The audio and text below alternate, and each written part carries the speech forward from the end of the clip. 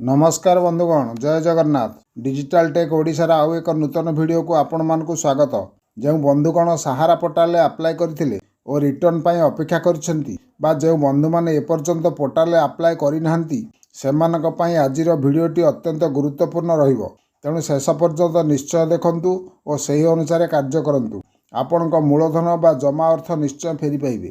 तेबे ता पूर्व आपण मानक अनुरोध, चैनल को सब्सक्राइब करी ऑल नोटिफिकेशन को सिलेक्ट करी रखि थांतु और चैनल सहित जोड़ी होई रहि थांतु एही परी अपडेट वीडियो पाइबा।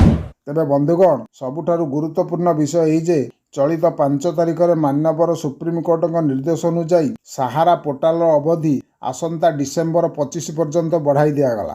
तेणु आपण माने जो माने एपर्यंत पोर्टाल अप्लाई करि नाहंती शीघ्र अप्लाई कर दियंतु। आउ जदि आपणक बॉन्ड रे मैच्योरिटी डेट 31 मार्च 2023 मध्य अच्छी आपणकर बॉन्ड रे नाम, बैंक अकाउंट रे ना एवं आधार रे ना सहित जदि संपूर्ण मिसी जाउची तेबे आपणक मूल जमा राशि 50,000 पर्यंत पाई परिबे। जदि आपणकर जमा राशि 50,000 रु अधिक भी अच्छी तेबे भी आपण माने वर्तमान 50,000 टंका पर्यंत पाई परिबे और परे पोर्टाल रे पेमेंट ऑप्शन बढ़ी 50,000 रु अधिक हेले आपण माने पुणी पैसा पाई जिवे।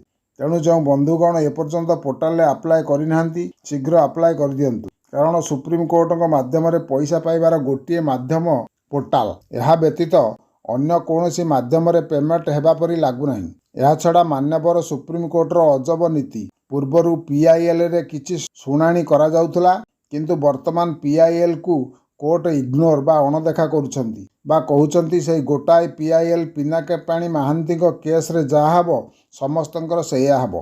तेणु से आउ अन्य कहार पीआईएल को ग्रहण करने को प्रस्तुत होनांती। तेणु जहाँ जना पड़ुची ए कोर्ट मध्य जनसाधारण को साहाय्य करने को चाहूनांती। तेणु सहारा जमाकारी न्याय पाइबे किपरि? तेणु आम मानक पक्षे पोर्टाल ही एकमात्र माध्यम।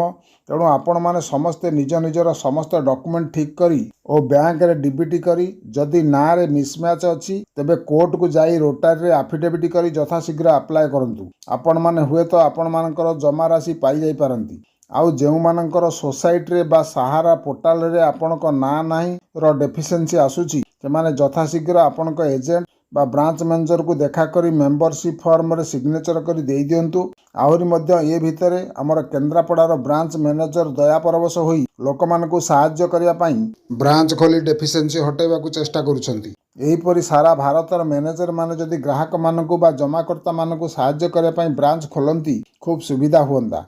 तेबे से जा हेउ आपण माने निजे यथाशीघ्र निजर डेफिशिएंसी क्लियर करी पैसा पाइबा को चेष्टा करंतु।